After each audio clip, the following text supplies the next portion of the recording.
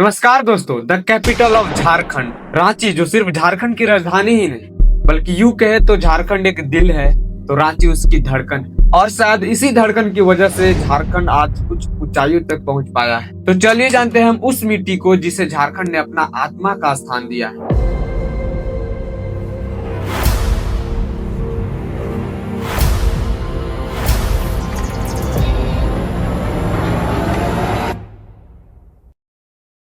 सबसे पहले हम इस वीडियो में रांची के इतिहास के बारे में जानेंगे। सबसे पहले हम बात करते हैं उस समय की जब यहाँ सभ्यताएं बस रही थी। तब ना शहर था, ना राज्य, ना सीमाएं। पुरातात्विक खोजों में यहाँ प्राचीन लोहे की भट्टियां, पत्थर के औजार और धातु के टुकड़े मिले, जो साबित करता है कि 3 से 4 हजार साल पहले भी यहाँ मानव रहते थे। लोहा गलाना, औजार बनाना, मिट्टी के घर बनाना, यहीं से जीवन की नींव पड़ी। समय बढ़ा और यह पठार धीरे धीरे बड़े राजाओं के नक्शों में शामिल होता गया। पहले मगध की राजाओं ने इसे नियंत्रित किया। कृषि, जंगल और लोहे के कारण यह क्षेत्र उनके लिए उपयोगी था। फिर यह क्षेत्र आया मौर्य साम्राज्य, अशोक जैसे दूरदर्शी राजा के शासन। अशोक के समय जंगल और आदिवासी क्षेत्र को साम्राज्य में जोड़ने की कोशिश हुई। बौद्ध विचारधारा, प्रशासनिक सड़कें, कर व्यवस्था धीरे धीरे यहाँ प्रभाव डालने लगे। हालांकि पहाड़ी इलाकों में स्थानीय जनजाति आजाद जीवन जीती रही, यही उनकी सबसे बड़ी पहचान थी। मौर्य साम्राज्य के बाद यह साम्राज्य गुप्त साम्राज्य के अधीन आया।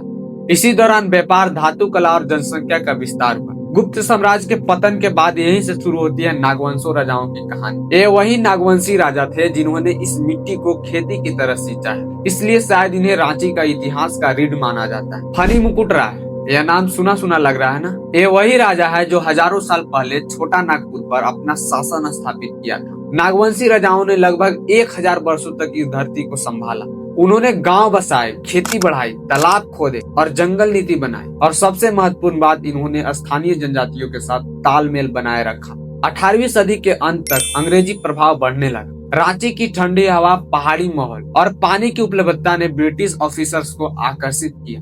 धीरे धीरे यहाँ मिशन स्कूल, चर्च, मिलिट्री छावनी और प्रशासनिक इमारतें बनी। अराउंड 1842 में ब्रिटिश कैप्टन ओस्ले ने रांची लेक का निर्माण करवाया था, जिसे आज हम बड़ा तालाब के नाम से जानते हैं। लेकिन अंग्रेज आए तो सिर्फ विकास ही नहीं, जमींदारी, टैक्सेस, फॉरेस्ट एक्ट जैसे नीतियां बनाई। जमीन तो सदियों से जनजातीय समुदाय की संपत्ति थी, उस पर रेवेन्यू सिस्टम लागू हुआ। अब अपनी ही भूमि पर रहने के लिए टैक्स देना पड़ता था। यहीं से शुरू हुआ असंतोष और जन्म लिया एक असाधारण विद्रोह। सन 1895 में एक आदिवासी युवा बिरसा मुंडा ने उन्मूलन आंदोलन की शुरुआत की। उन्होंने बचपन से ही गरीबी, जमीन छीने जाने और अन्याय को देखते आए। उन्होंने कहा, जंगल हमारा है, जमीन हमारी है और इंसान प्रकृति के साथ जन्मा है, किसी का गुलाम बनकर नहीं। बिरसा ने जमींदारी और ब्रिटिश राज के खिलाफ आदिवासियों को एकत्रित किया। उनका आंदोलन सिर्फ राजनीतिक नहीं था बल्कि धार्मिक, सामाजिक और सांस्कृतिक जागृति भी थी। उन्होंने शराबबंदी,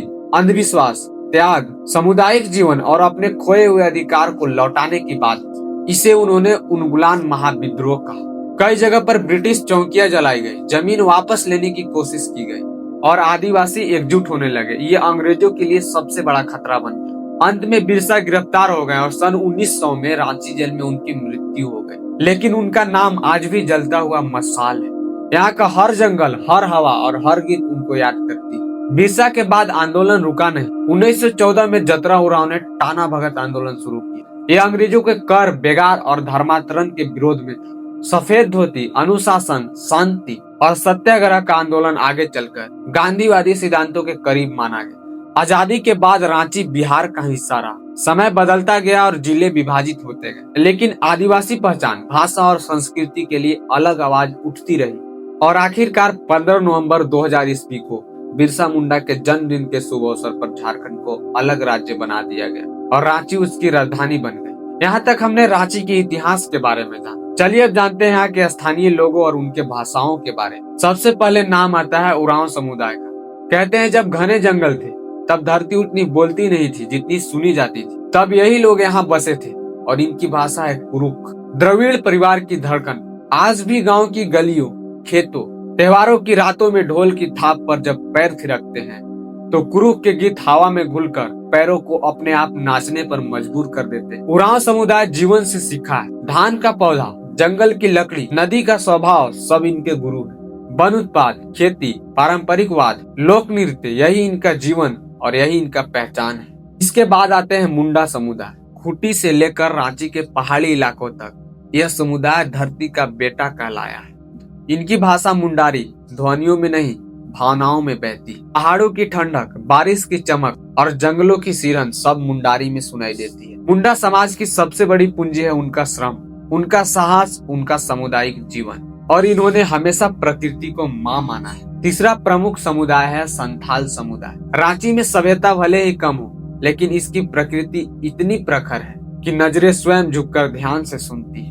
इनकी भाषा संथाली और इनकी अपनी लिपि ओलचिक्की है। यह सिर्फ शब्द नहीं, आत्मा है। जब बहा पर्व सोहराय डांस से जब रिदम गूंजती है तो लगता है कि जमीन खुद ताल पर झूम रही है। रांची में सिर्फ 2-3 समुदाय ही नहीं, यहाँ और भी समुदाय अपनी पहचान के साथ जीवन। खरिया, हो, बिरहोर, करमाली, ये सब मिलकर रांची को सिर्फ जिला नहीं बल्कि एक सांस्कृतिक नक्षत्र बनाते हैं। यहाँ सबसे ज्यादा सुनी जाती है सादरी नागपुरी, जो खेतों में भी मिलती है और बाजार के हल्लों में।